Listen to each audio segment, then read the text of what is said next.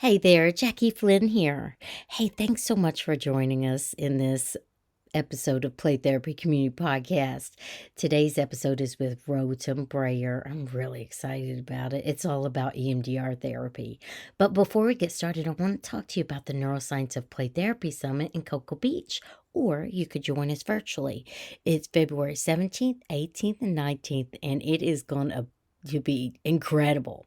So the in-person option, we have sunrise and sunset beach experientials that are optional, and our speakers are top-notch. So we have Dr. Ileana Gill, we have Lisa Dion, Dr. Robert Jason Grant, Carmen Jimenez Pride, David Crenshaw, and for the beach experientials, we have Dr. Janet Courtney, Dr. Louise Peters, Claire Mellenton, Dora Henderson, and myself, Jackie Flynn. It's going to be incredible. And Dr. Stephen Porges is our keynote speaker. Wow. He's the creator of the polyvagal theory. I have learned so much from him. I've learned so much from him and Deb Dana's work. It's really changed the trajectory of not only my clinical practice, but how I show up in this world, how I show up in my body, in my relationship, and in my environment. It's super, super incredible to know about the polyvagal theory. It really deepens kind of your connection with life. It really teaches us about being human. All right, so if you would like to register for the Neuroscience of Play Therapy Summit, whether it's in person or online, go to www.playtherapycommunity.com and find the tab that says Neuroscience Summit. All right, I hope to see you there. All right, let's jump into my conversation with Rotem Brayer.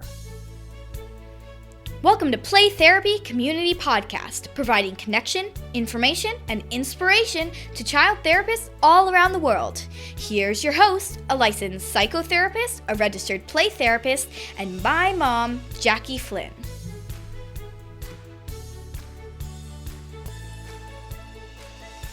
Hi there. Thank you so much for joining us in another episode of Play Therapy Community Podcast.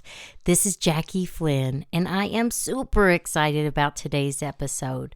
But before we get started, I want to talk to you a little bit about EMDR and play therapy integration support.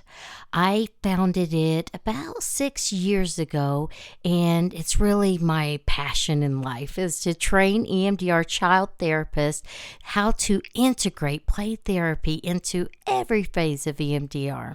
So if you're wanting to hone your skills and you're EMDR trained, or you would like to earn your certification credential, or maybe even go for CIT consultant and training, I would love to help you. You can learn more at playtherapycommunity.com. Well, today's episode is one that I've been wanting to do for a long time, so I'm really excited that it finally came to be. I am here in person with Rotem Brayer, and chances are, if you're EMDR trained, you probably already heard of Rotem Brayer. He's the host of the EMDR Learning Community, and he's someone that I work closely with and a good friend. I asked him to come on our podcast today to really talk to us about what is EMDR. I know many of us, when we first started out, we may have heard of it, but we really didn't know what it was. And some of us may not even have heard of it at all. So, Rotem, thank you so much for being on our podcast. And can I just get you to introduce yourself, tell people who you are and what you do? Of course, Jackie, good to be with you. So I am an certified EMDR therapist and approved EMDR consultant, and I also started the Art and Science of EMDR and the EMDR Learning Community, which is a really growing community for EMDR therapists who are looking to learn EMDR, to expand their knowledge about EMDR together as a community. So we have a lot of really exciting things in the community, like we have a book club, we have all kinds of groups that are peer-led, so members of the community who are interested they're just given the opportunity to start their own groups. And I think EMDR therapists, if there are EMDR therapists who are listening to that, they probably understand what I'm talking about, because when you get trained in EMDR, you just want to learn more and more. You see how helpful this modality is, and you want to learn more. And this is exactly why I started the EMDR learning community, so EMDR therapists who are trained in EMDR can do it together. That's great. I first met Rotem through Dr. Andrew Dobo. He is with EMDR Educators. Actually, he founded EMDR Educators, so we're consultants together. So to hear Rotem talk about the community is so exciting. I know a lot of times clinicians feel like they're working in isolation, and it makes things so much harder. And being able to talk to others, share with others, share resources makes a world of difference. All right, so let's jump right in. So Rotem, what is EMDR therapy? So EMDR stands for eye movement desensitization and reprocessing. And I know these are a lot of fancy words, but basically what this therapy does, it helps to process information that was not processed in real time. So originally it was developed by Francine Shapiro over 30 years ago to treat trauma. But now we know that it really helps every kind of information that is not processed in the brain. So let me explain what I mean by processed information. So when events happen, usually the brain is processing that information. We have these natural healing capacities to process information. A lot of it is happening actually while we're sleeping. So when we're sleeping, we have the REM sleep, which our eyes are moving really fast, even though our eyes are closed when we're sleeping.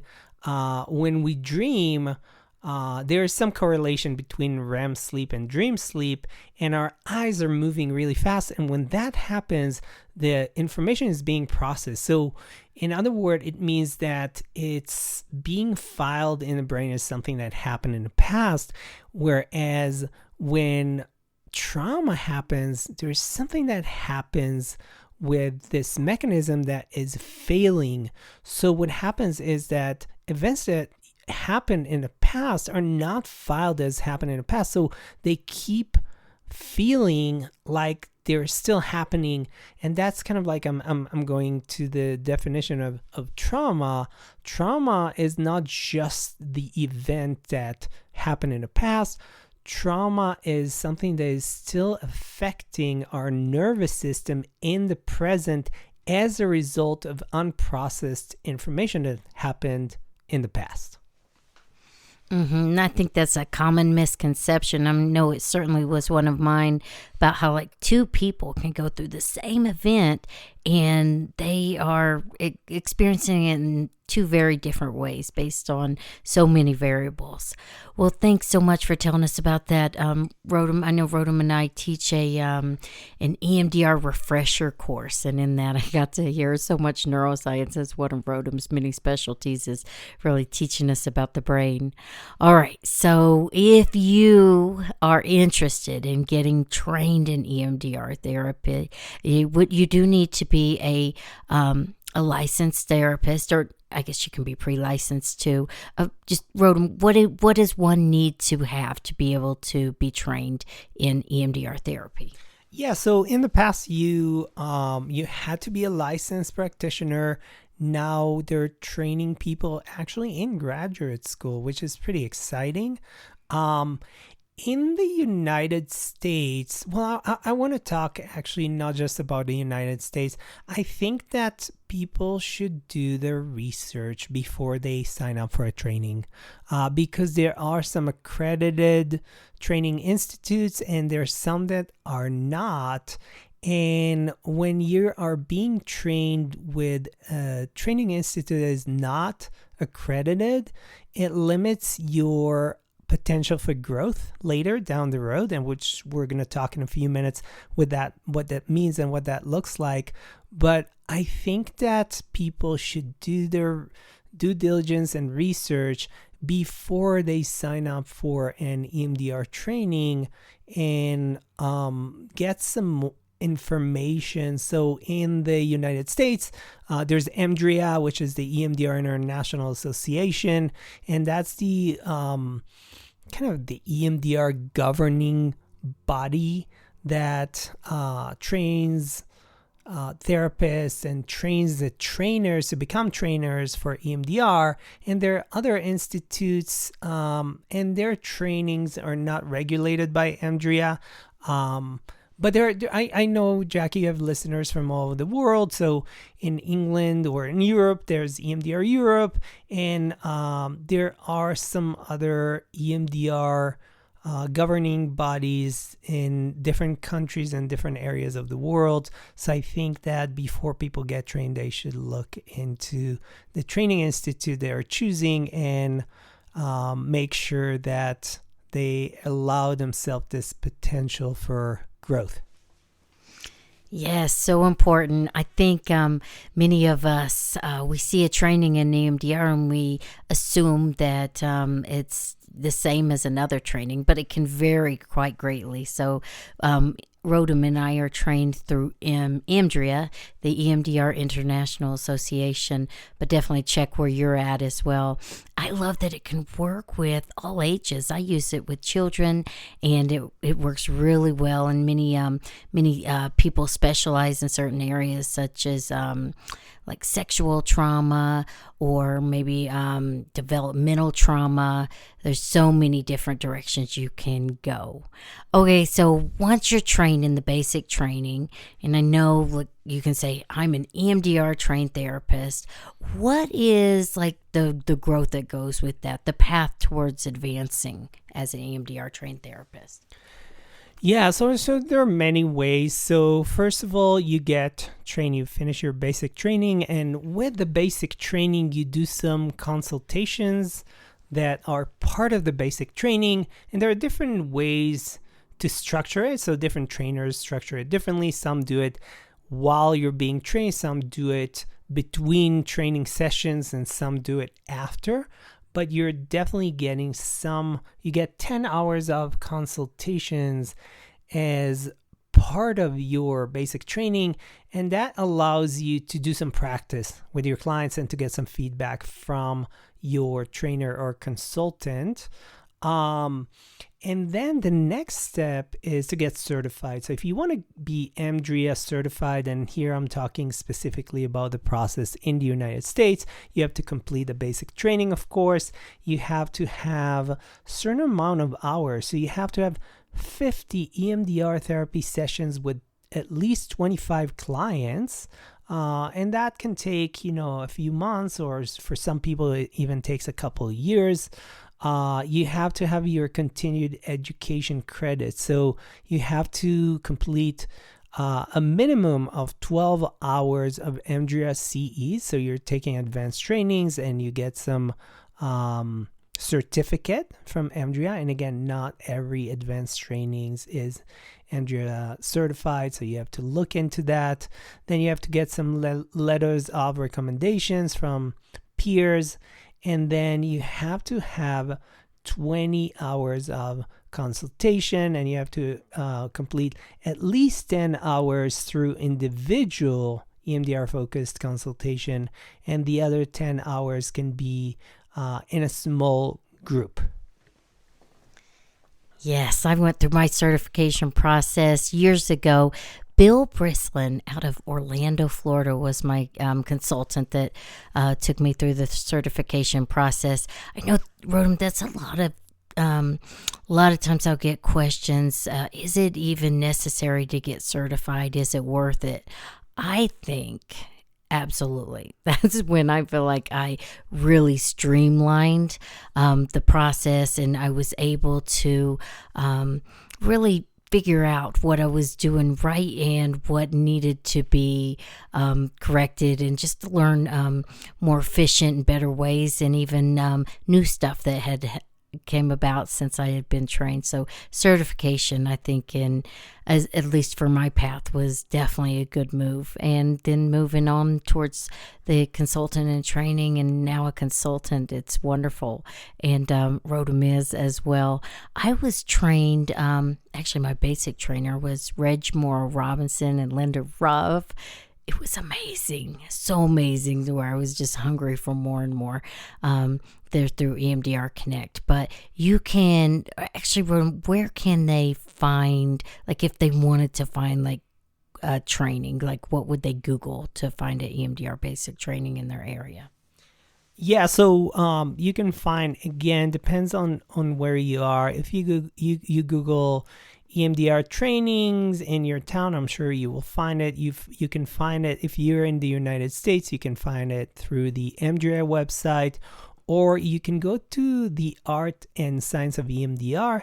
That's the website that I created that has a lot of free resources for EMDR therapists, and you can find some of the trainings there. And I want to go back to consultations, Jackie. I think that what I encourage my consultees to do is to work with different consultants. So don't just work with me. Yes. Work with different consultants so you can see who you connect with. So consultant can be almost like a therapist, that you have to find the right person for you with the right style for you. And I think that a mistake that a lot of people make is that they're doing the basic training and then they're doing the consultation with the same institute, whether if it's the trainer or consultants that work there, and then they're doing their consultant and training there, and they're not being exposed to new ideas and new ways to thinking and conceptualizing about how to do EMDR. So I think it's really, really important to work with different consultants. That's something I always encourage my consultees to do. And then they can choose based on different consultants who they want to continue with and to grow with that person. I love that. I love that. I remember the first time that I worked with Dr. Dobo. He does the basic training too. I got a whole new outlook. He specializes in Jungian psychology. So I had a whole different perspective. So it was great to grow in that way. So big shout out to EMDR educators, Dr. Andrew Dobo and Playful EMDR, Annie Monaco and Ann Beckley Forrest. They're like really good friends of mine too. We just did a big Playful EMDR summit. So they have a whole different flavor of consultation as well. So I think really kind of seeking out who's the best fit for you, or just getting different angles on areas that you need to grow. All right, so Rotem, one thing that I wanted to mention too is like connections. I know many of us, we get trained, we go back to our private practice if we're in private practice, or even an agency. We may be like the only EMDR therapist trained in our area, or feel like we're working in isolation. So I find connections to be definitely energizing, resourceful, and necessary, quite frankly. I know through like some of the stuff that I've worked with you on, we've got to meet some amazing people. So talk to us about EMDR therapists, or even if you're any therapist, the importance of connections, but specifically EMDR therapists, like how can they make connections that is outside of their own practice? Yeah, so I'm a big fan of connecting with people in your geographical area. So I'm here in Denver, and we have a really nice network of EMDR therapists in Denver, and in the next few months, we're going to start meeting monthly and have a theme every time. We're going to learn something together or do something together. But for those therapists who are not connected locally, or some therapists are working in rural areas or even in countries where there aren't a lot of EMDR therapists, I created the EMDR learning community, and you can find it in if you just Google the EMDR learning community or go to emdr-learning.com, we have a big network, big community of EMDR therapists who are really excited about learning EMDR together and sharing resources and sharing knowledge, because we're, sometimes people read books and they feel alone. They want to share that knowledge. They want to talk about it. So we have the book club, like I mentioned earlier. We have consultations. So we have consultants. We have basic trainers. We have advanced trainers. We have people from all over the world. We have people from Egypt and from South Korea and from the Philippines and literally from all over the world. A lot of people from Europe, tons of people from the United States and Canada. And I think that's another thing, to be exposed to different ideas that are based on different perspective, different cultural perspectives. Sometimes I love working with people from other countries. I'm originally not from the United States, so I appreciate different cultural backgrounds, and I think that this diversity really helps us to think outside the box when we're interacting with people who don't share the same background. So that is also part of this community. So again, for EMDR therapists who are trained and looking to connect with other EMDR therapists and learn more and learn together, the EMDR learning community is a great resource. I love that I get to host the EMDR with Kids No Fee study group in there. It's fun. It's our third, at the time of this recording, it's our third meeting here, November 18th, 2022, but it'll be ongoing. It's so far, we've had it every couple of months. We've had Marshall Lyles on there. He's amazing. He's an EMDR approved consultant and a play therapist. We've had Annie Monaco, Ann Beckley Forrest, Deb McManus, Carmen Jimenez Pride. It's just great. And all of the people that join it, we get to go in breakout rooms and network and just meet each other. It just feels amazing. Thanks so much, Rotem, for that community. Okay, so we're almost out of time. Is there any nugget of knowledge that you want to leave people with about EMDR, and then just let people know where to go to learn more from you? Yeah, so I am a great believer in lifelong learning. I don't think that I'm ever going to stop learning. And again, that's part of why I created the EMDR learning community, because I want other people who share the same ideas and values and thoughts about learning and the passion for EMDR to gather together. So I really love taking trainings and provide consultations. I'm really, really passionate about how to teach EMDR therapists to be their authentic selves while they keep doing EMDR. That's something that a lot of times when people get trained in EMDR, they feel like it's too rigid and not very flexible modality. And I think this is a mistake, because everyone can do EMDR their own way while maintaining fidelity to the 8 phases of EMDR. So again, the art and science of EMDR, if you Google that, you will land on my website. And then the EMDR learning community, it's emdr-learning.com. Well, thank you, Rotem, and thank you so much for listening, and I can't wait to be with you next time. Take care. Bye.